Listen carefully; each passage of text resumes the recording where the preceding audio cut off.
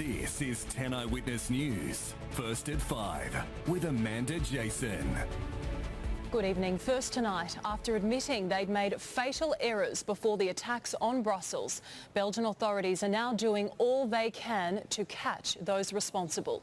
Heavily armed officers have carried out raids once more, and as we go to air, 6 people are in custody. Amber Austin-Wright joins us again. Amber, what do we know about those arrested?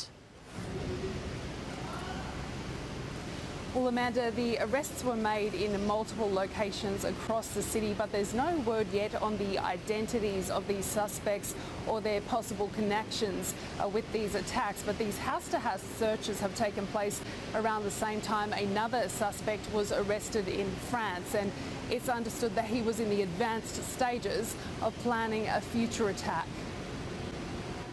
In the early morning, more raids and more arrests.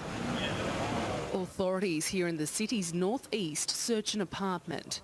No one was arrested here, and what they've found inside is still unclear. There has been a breakthrough, though, in identifying this man, caught on security vision and believed to be on the run.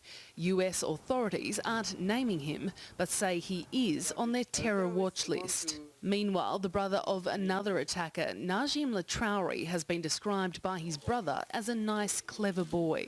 I couldn't believe it was him, but well, there you are. As my lawyer said, we don't choose our family.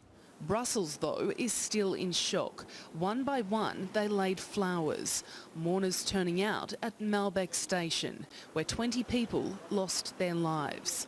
Those left behind trying to make sense of it all. But the city isn't slowing down. While soldiers, army vehicles and machine guns are now part of the environment, people here are trying to get on with everyday life. I'm a bit surprised because for the attacks in Paris, everything was closed for 4 days.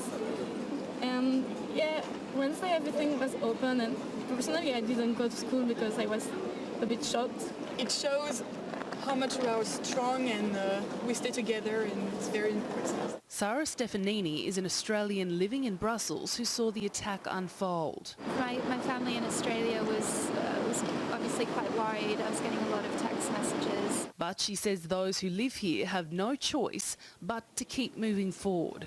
Crowds lined up for hundreds of metres when Eurostar train services resumed just in time for the Easter weekend. It's very crowded, but it was quiet from London to here, but then, of course, there's a lot of enforcement here. Passenger flights have been suspended over the weekend until at least Monday.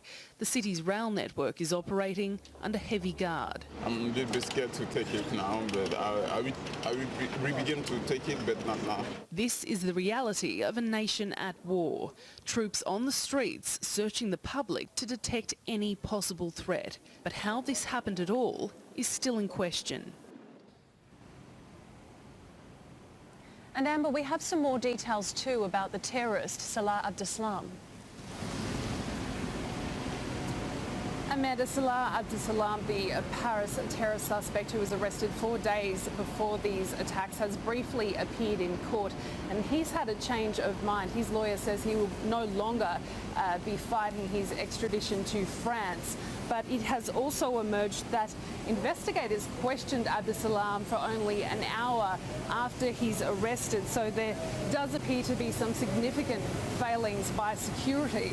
And 2 Belgian ministers have offered their resignation following serious criticism over these mistakes, but their resignations have been rejected by the Prime Minister. Thank you, Amber.